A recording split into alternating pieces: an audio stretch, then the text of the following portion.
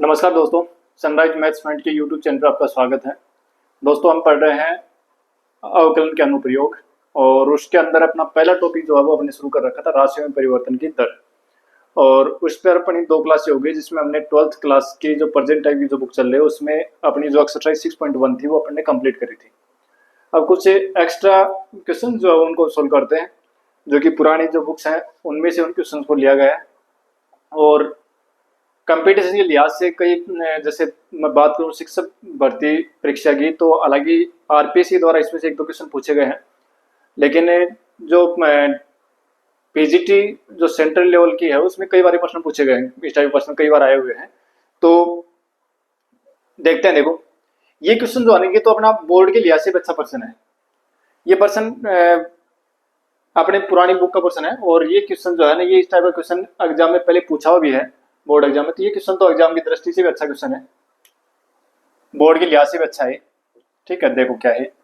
एक 2 मीटर लंबा व्यक्ति 6 मीटर प्रति मिनट की एक समान चाल से 6 मीटर ऊंचाई वाले रोशनी के खंभे से दूर चलता है। वह दर ज्ञात कीजिए जिससे उसकी परछाई की लंबाई में वृद्धि होती है। यानी वो दूर जा रहा है, कोई भी अपना रोशनी का खंभा है और उस खंभे से दूर जा रहा है, तो जो जो दूर जाएगा तो सीधी सी बात है उसकी जो परछाई है उसकी लंबाई वो बढ़ती चली जाएगी। पास आएगा तो उसकी परछाई की जो लंबाई वो कम होगी। ठीक है, ये तो अपन दैनिक जीवन में देखते हैं अपन। तो कह रहा है कि वह दूर जा रहा तो उसकी परछाई में जो वृद्धि होगी, तो वो वृद्धि परछाई में जो वृद्धि की दर है ना, वो दर क्या होगी वो अपने निकाल दिए।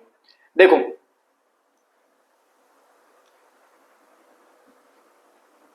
कोई एक खंबा है अपना, ये 6 मीटर ऊंचा वो खंबा है। ठीक है, ये कोई खंबा है 6 मीटर ऊंचा जो धरातल के ऊपर है। ये खंबा इस तरीके से लगा हुआ है। इस खंबे की जो ऊंचाई है ना वो है 6 मीटर। ठीक है, अब कोई व्यक्ति जो है वो किसी समय टी पर व्यक्ति जो है वो यहां था, किसी समय टी पर व्यक्ति यहां है और उस व्यक्ति की जो लंबाई है वो कितनी है? 2 मीटर है। व्यक्ति की लंबाई कितनी है? 2 मीटर है। ये 2 मीटर हो गई। ठीक है, अब देखो कोई भी रोशनी का जो स्रोत है वो यहाँ लगा हुआ है। ठीक है, तो इसकी जो परछाई बनेगी इस व्यक्ति की वो ऐसी तो बनेगी, इस तरीके से यहां तक इसकी परछाई आएगी। ये होगी इस व्यक्ति की परछाई, मतलब यहाँ इतनी जो बड़ी इसकी परछाई बनेगी। ठीक है, तो अपन मान लेते हैं कि भी किसी समय टी के ऊपर व्यक्ति यहाँ पहुंचा था, उसकी स्तंभ जो है प्रकाश स्तंभ उससे दूरी तो मान लेते हैं कि एक्स मीटर है। किसी समय टी के ऊपर व्यक्ति की प्रकाश स्तंभ से दूरी है वो एक्स मीटर है, तथा उसकी परछाई की जो लंबाई है वो मान लेते हैं अपन वाई मीटर। ठीक है, परछाई की लंबाई वो मान लिया अपन ने वाई मीटर है। अब देखो अपने क्या कर रहा है कि व्यक्ति 6 मीटर प्रति मिनट की एक समान से चाल से चल रहा है, मतलब ये जो दूरी है तो बढ़ रही है, वो आगे चल रहा है तो ये दूरी बढ़ रही है। इसका मतलब हमें क्या दे रखा है? dx अपॉन dt दे रखा है। कितना दे रखा है? 6 मीटर प्रति मिनट। ठीक है, ये दे रखा है कि व्यक्ति इस साइड जा रहा है, आगे की तरफ इस खंबे से दूर जा रहा है, तो ये दूरी तो बढ़ रही है इसकी।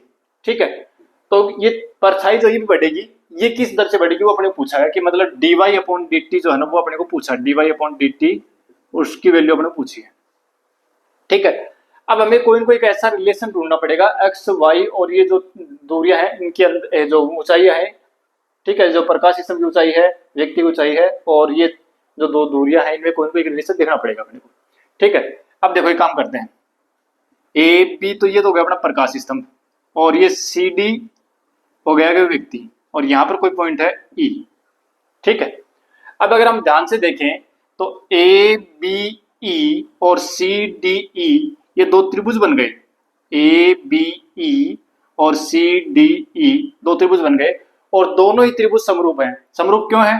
क्योंकि देखो ये कोण तो दोनों में विनिष्ठ है, कॉमन एंगल है, तो दोनों में आ रहा है, इसमें भी आ रहा है और इस छोटे वाले त्रिभुज में भी आ रहा है। ठीक है, और ये जो एंगल है ये 90 डिग्री का है, ये 90 डिग्री का है और ये 90 डिग्री का है। तो अगर दो त्रिभुज जिनमें दो कोण अगर बराबर हो जाए तो दोनों त्रिभुज समरूप होते हैं। दो त्रिभुजों के अंदर अगर दो कोण समान हो तो दो कोण समान हो तो फिर क्या वो त्रिभुज क्या होते हैं? समरूप होते हैं। जैसे मान लो कि एक त्रिभुज ये है, दूसरा त्रिभुज ये है, इस त्रिभुज का ये कोण इसके बराबर है, ये कोण इसके बराबर है, तो ये दोनों त्रिभुज समरूप होंगे। ठीक है, कंडीशन ऑफ सिमिलरिटी जो है वो अपन 10th क्लास में पढ़ के आए हैं। समरूपता 10th क्लास के अंदर पूरा एक चैप्टर है, और जब हालांकि हम ये पढ़ेंगे क्योंकि अपनी जो ज्योमेट्री जो हम स्टार्ट करेंगे ना उसमें सारी चीजें पढ़ेंगे। हम सर्वांग समता भी पढ़ेंगे, समरूपता भी पढ़ेंगे, तो वो पढ़ेंगे, लेकिन वो अभी थोड़ा सा ये जो अक्सर अपना 12th क्लास वाला जो पोर्शन है उसको खत्म करते हैं, उसके बाद में उसको स्टार्ट करेंगे। अब देखो, तो ये बात तो समझ में आ गई कि ये त्रिभुज, एक तो ये त्रिभुज और ये दो त्रिभुज सी डी ई और त्रिभुज ए बी ई दोनों समरूप है। ठीक है, तो देखो since triangle A B E और ट्राइंगल सी डी ई दोनों क्या है, सिमिलर हैं, ये सर्वांग समरूपता का निशान होता है। ठीक है, तो ये दोनों त्रिभुज समरूप हैं। अब समरूप त्रिभुज होते हैं तो उनकी संगत भुजा समानुपाती होती है। इसका मतलब कि ए बी भुजा सी डी के समरूप, ए बी और सी डी का अनुपात, ए बी अनुपात सी डी बराबर ए अनुपात सी, मतलब कि इस त्रिभुज के बड़े वाले त्रिभुज की ये भुजा और ये भुजा दोनों समानुपाती होंगी। इसी प्रकार से बड़े वाले त्रिभुज की ये बड़ी भुजा और छोटे वाले त्रिभुज की ये भुजा दोनों ये भी समानुपाती होंगी। ठीक है, ये यहां से देख लो कि ए बी सी डी के समानुपाती होगा और ए ई सी के समानुपाती होगा, सी ई। ठीक है, अब ये मान रखो ए बी का मान कितना है 6, सी डी का मान कितना है 2, ए ई का मान कितना है, ए ई पूरा है ए सी प्लस सी ए, तो ये हो गया एक्स प्लस वाई, और सी कितना है वाई। ठीक है, ये कितना है 3 बराबर एक्स प्लस वाई बटे वाई, क्रॉस मल्टीप्लाई करो तो 3y is equal to x plus y, यहां से 2y इज इक्वल टू कितना हो गया, x हो गया ना। ठीक है, ये आ गया।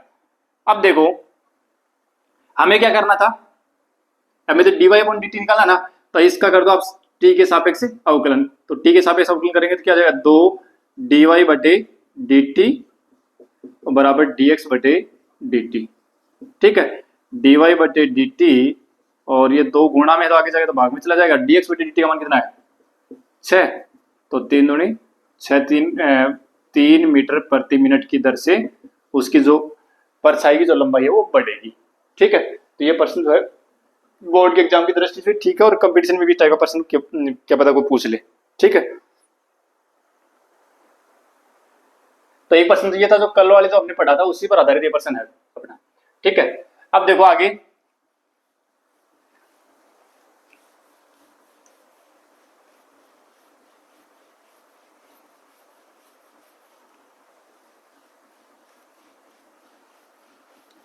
देखो मान लो कि कोई कण है, कोई भी एक कण है और वो कण गति कर रहा है। ठीक है, वो कण गति कर रहा है, तो मान लेते कि किसी समय t पर और वो s जो दूरी है वो विस्थापित हुआ है। ठीक है, मतलब ये हुआ कि s जो है ना वो डिपेंड कर रही है t के ऊपर, यानी s जो है वो एक t का फंक्शन है।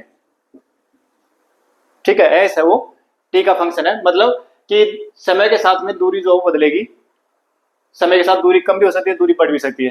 ठीक है, वो कण की दिशा के ऊपर डिपेंड करेगा।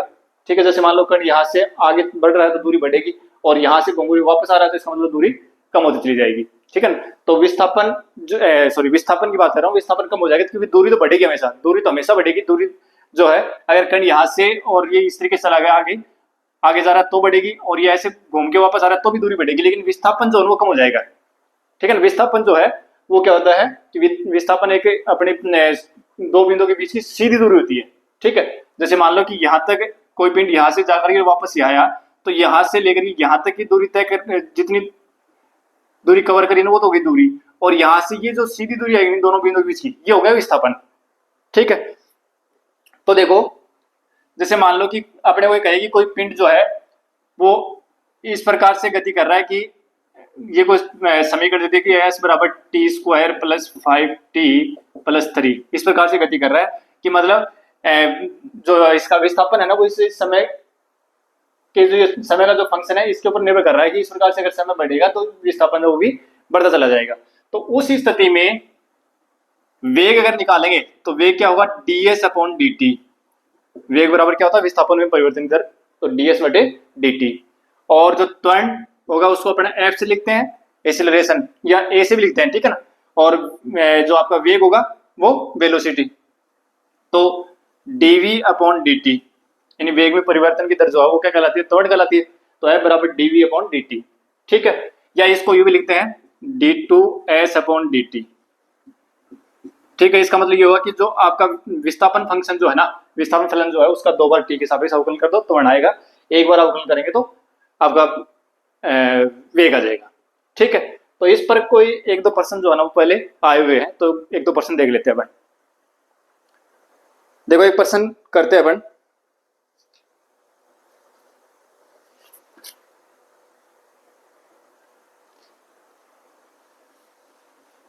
क्वेश्चन अपना ये है कि एक कण,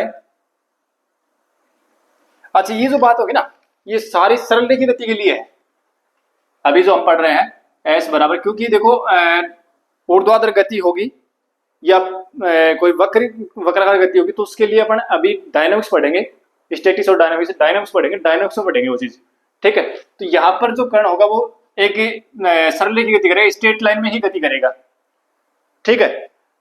तो ये सरल रेखीय गति के अंदर ये जो s बराबर ये आपका जो s कोई t का फंक्शन होगा और ds अपॉन dt अगर निकालेंगे तो ये v आएगा और d2s अपॉन dt स्क्वायर निकालेंगे तो वो f आएगा या a आएगा, ठीक है ना।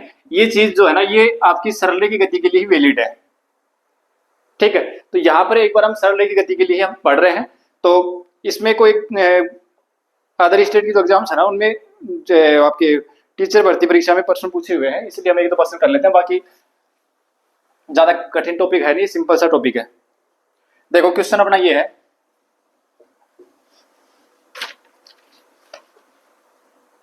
एक कण सरल रेखीय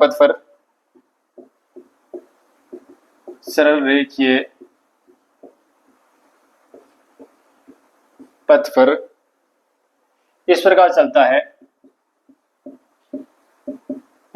चलता है कि विस्थापन s बराबर 8t³ minus 5t square plus t plus 2। तो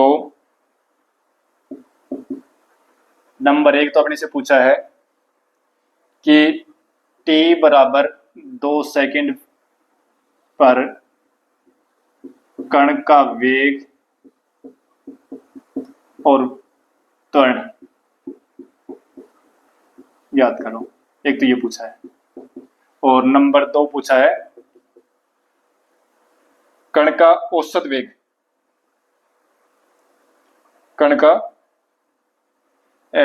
t बराबर 3 सेकंड व t बराबर 5 सेकंड के साथ कण का औसत वेग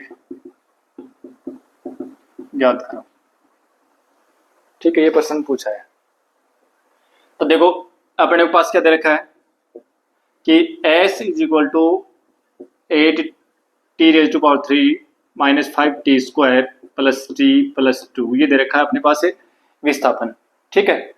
अब देखो हम क्या करेंगे, t के सापेक्ष इसका अवकलन कर देंगे, तो ds अपॉन dt और ds अपॉन dt ये क्या आ जाएगा, ये v तो है ना, वेग ही तो है, क्या जाएगा 8×24t स्क्वायर 10t प्लस 1, ठीक है। अब क्या पूछ रहा है, t बराबर 2 पर ना, तो एक तो ds अपॉन dt वेग आ गया, तो t बराबर 2 पर t बराबर 2 सेकंड पर वेग क्या जाएगा, इसको अपन लिख दें ds upon dt on t is equal to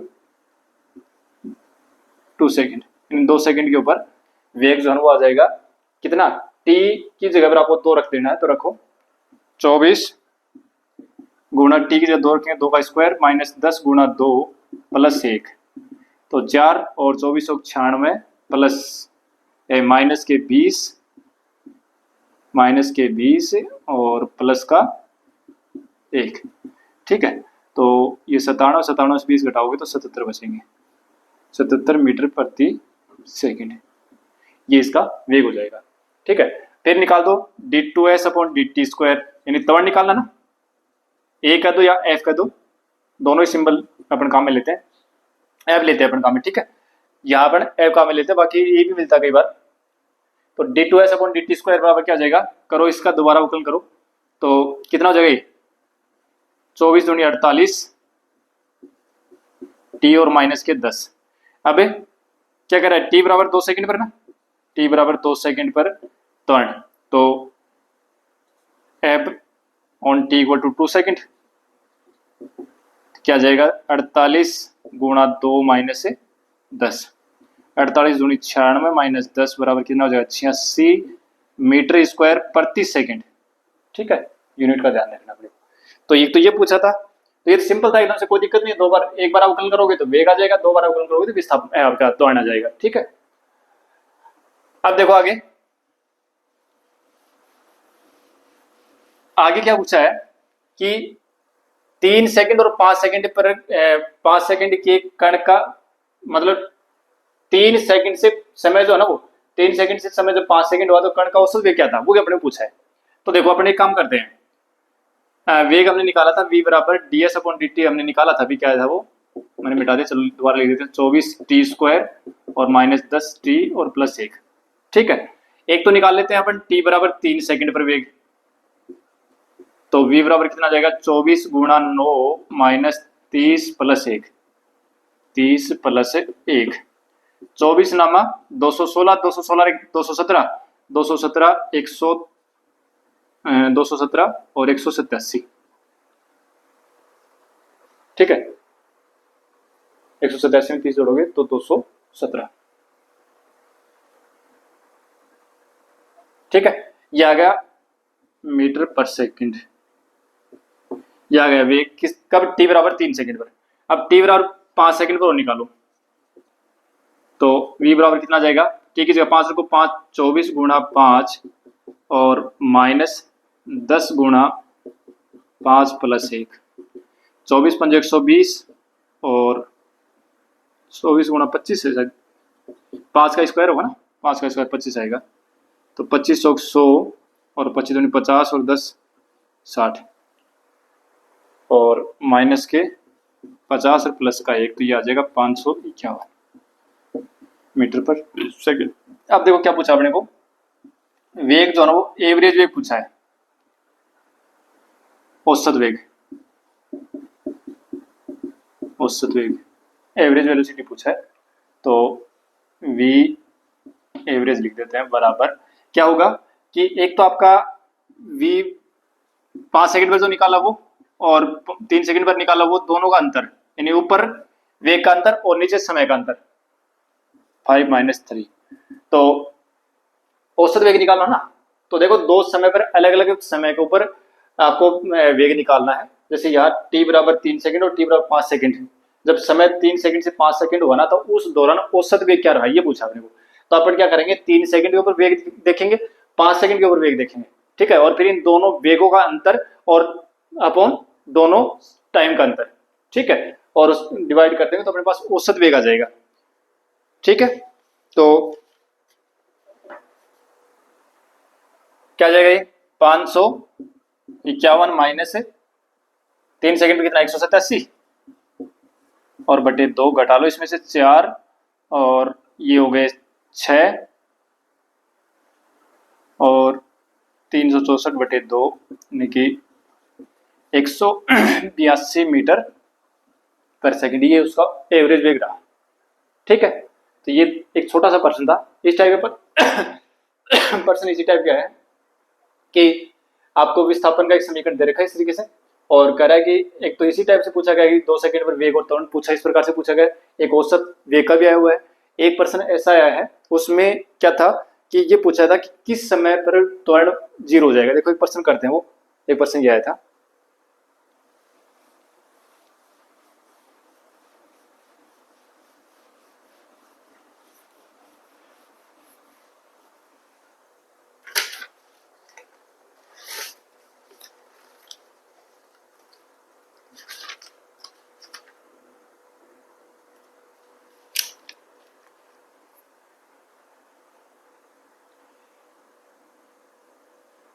देखो क्वेश्चन ये दे रखा है, क्वेश्चन अपना ये है कि एक कण द्वारा t समय में पार की गई दूरी इस प्रकार है। अब देखो यहाँ पर दूरी और विस्थापन एक चीज है, क्योंकि सरल रेखीय गति हो रही है, तो सरल रेखीय गति के अंदर जो समय के अनुसार कण जो समय बढ़ रहा है तो कण जो है वो आगे बढ़ता जाएगा। ठीक है, तो कण द्वारा t समय में पार की गई दूरी इस प्रकार है s बराबर t की घात 3 माइनस 6t स्क्वायर और माइनस 15t और प्लस के 12। उस कण का वेग क्या होगा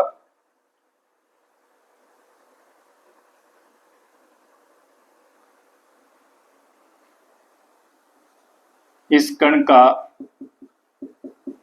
वेग क्या होगा जब त्वरण शून्य है।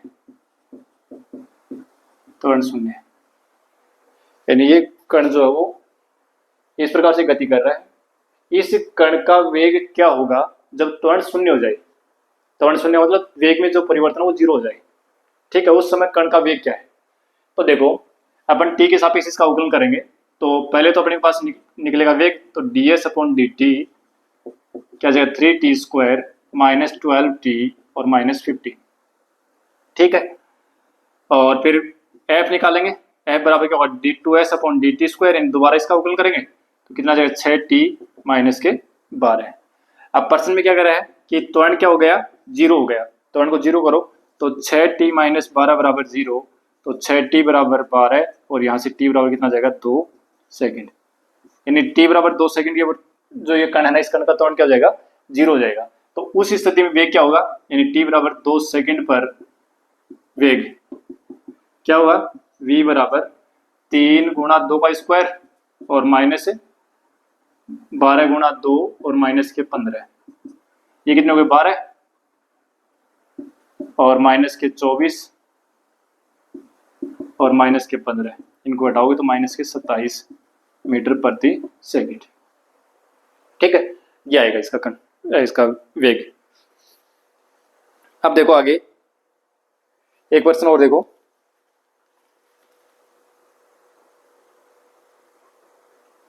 ऐसा ही प्रश्न और आएगी, उसमें भी इसी प्रकार से पूछा है कि इस दूरी तक एक कण एक सरल रेखा में चलता है तथा s बराबर, जैसे ये देखा ना, s बराबर t का 3 माइनस 6t स्क्वायर प्लस से 2t और प्लस 1 समीकरण के अनुसार है s दूरी तय करता है, उसका त्वरण शून्य हो जाता है। वेग नहीं पूछा इस बार ये पूछा कि वो समय बताओ जब त्वरण शून्य हो जाता है। तो जैसे हमने त्वरण को 0 के बराबर किया, t का मान निकाला ना, तो t का मान निकालना और क्या है। ठीक है, तो ऐसा ही प्रश्न 2 बार पूछा हुआ है। अब देखो एक प्रश्न और है, उस प्रश्न में देखो क्या है, उस प्रश्न में थोड़ा सा एक अलग चीज है, वो देखो क्या है। देखो दो नाम आएंगे, एक तो आएगा विराम अवस्था और एक आएगा स्थिर अवस्था, स्थिर होना। एक तो आएगा विराम अवस्था और एक आता है स्थिर अवस्था। दोनों एक नहीं है। विराम अवस्था का मतलब तो ये हुआ कि ये कोई अल्प समय के लिए, यानी तात्क्षणिक रुकावट। ठीक है ना, तात्क्षणिक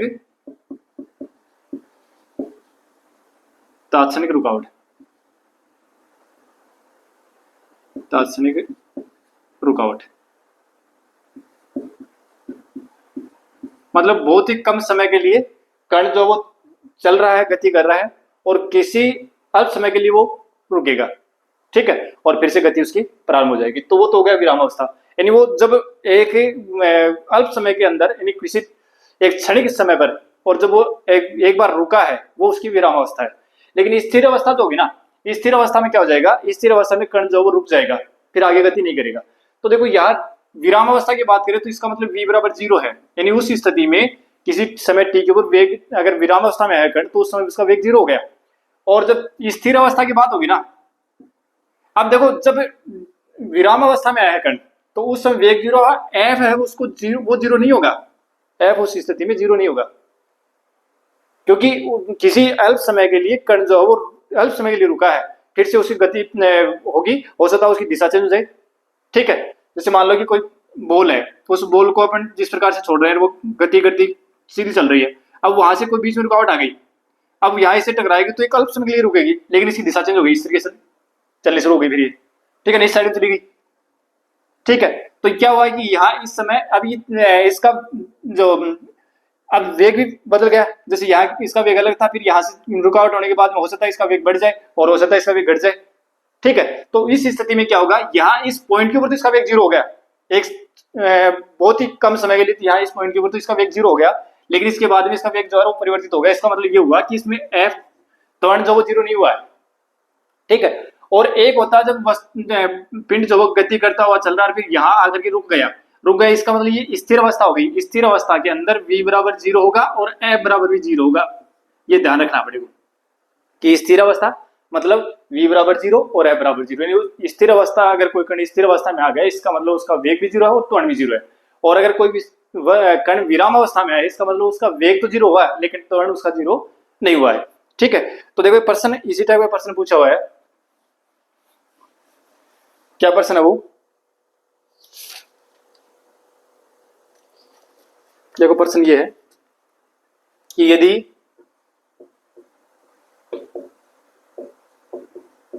कोई कण सरल रेखीय पथ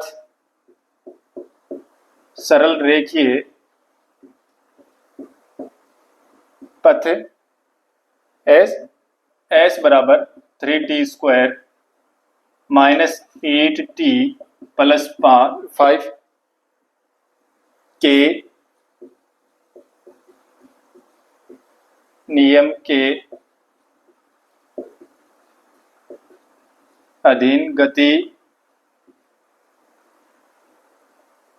अधीन चलता है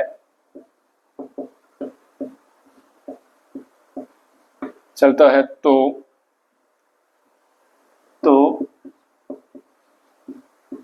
कितने समय बाद कण स्थिर हो जाएगा या स्थिर अवस्था में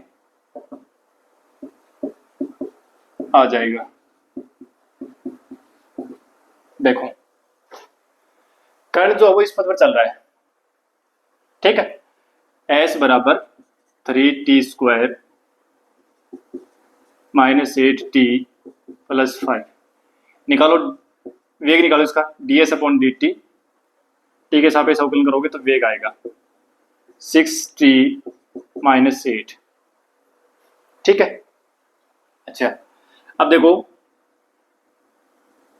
स्थिर अवस्था की बात है ना, तो स्थिर अवस्था में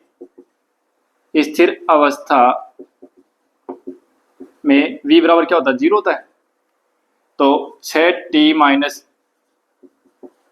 8 बराबर जीरो, तो t बराबर कितना हो गया 8/6 मतलब 4/3, टी का मान आ गया 4/3 सेकेंड। 4/3 सेकंड बाद में कण का वेग है वो जीरो हो जाएगा। ठीक है, 4/3 सेकंड बाद में कण का वेग जीरो हो जाएगा, लेकिन स्थिर अवस्था की बात कर रहा है। अगर विरामावस्था की बात होती है तो हम कह देते हैं कि कण जो है वो 4/3 सेकंड बाद में कण विरामावस्था में आएगा। ठीक है, लेकिन स्थिर अवस्था की बात कर रहा है, स्थिर अवस्था की बात कर रहा है, इसका मतलब कण स्थिर होगा, उसके बाद में कण की चलने की कोई संभावना नहीं है, कण गति करने की कोई संभावना नहीं है। तो देखो क्या होगा, उस स्थिति में अपने को क्या करना है कि इसका त्वरण चेक करना पड़ेगा। तो त्वरण चेक करते हैं, तो f निकालते हैं, तो d2s upon dt square, d2s upon dt square, इसका t के साथ दोबारा अवकलन करो, कितना आ गया 6 आ गया ना, इसका t के साथ अवकलन के कितना आ गया 6 आ गया, f बराबर 6 आ गया। अब देखो f जो है ना वो त्वरण क्या नहीं है, त्वरण जो वो जीरो नहीं हुआ। अब स्थिर अवस्था के लिए क्या था कि त्वरण जो वो भी जीरो होना चाहिए और वेग भी जीरो होना चाहिए। चलो वेग तो हम 4/3 सेकंड के ऊपर वेग तो जीरो हो जाएगा, लेकिन यहाँ तो त्वरण क्या होगा 6 हो गया, स्थिर हो, ये त्वरण जो 6 मीटर पर सेकंड ही चलेगा आगे। ठीक है, तो ये तो समय के ऊपर निर्भर ही नहीं कर रहा, तो इसका मतलब 4/3 सेकंड के ऊपर आपका त्वरण जो है ना वो जीरो नहीं होगा। त्वरण जीरो नहीं होगा, इसका मतलब कण स्थिर अवस्था में नहीं आएगा। तो इसका मतलब ये कण जो है इस पथ के अनुदिश गति अगर कोई कण कर रहा है तो कभी स्थिर अवस्था में नहीं आएगा। इस पथ के अनुदिश से अगर कोई कण गति कर रहा है तो कभी भी स्थिर अवस्था में नहीं आएगा। ठीक है, तो एक प्रश्न ये था। ऑप्शन ऐसे थे कि कण 4/3 सेकंड बाद स्थिर अवस्था में आ जाएगा और कण 6 सेकंड बाद भी स्थिर अवस्था में आ जाएगा और कण कभी स्थिर अवस्था में नहीं आएगा, इस तरीके से। अब देखो एक प्रश्न और है, वो देखते हैं अपन। क्वेश्चन ये है कि यदि s बराबर a e की पावर t प्लस b बटे e की पावर t, तो t समय के बाद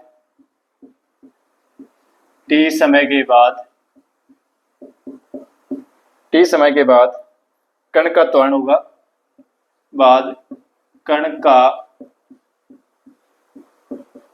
होगा,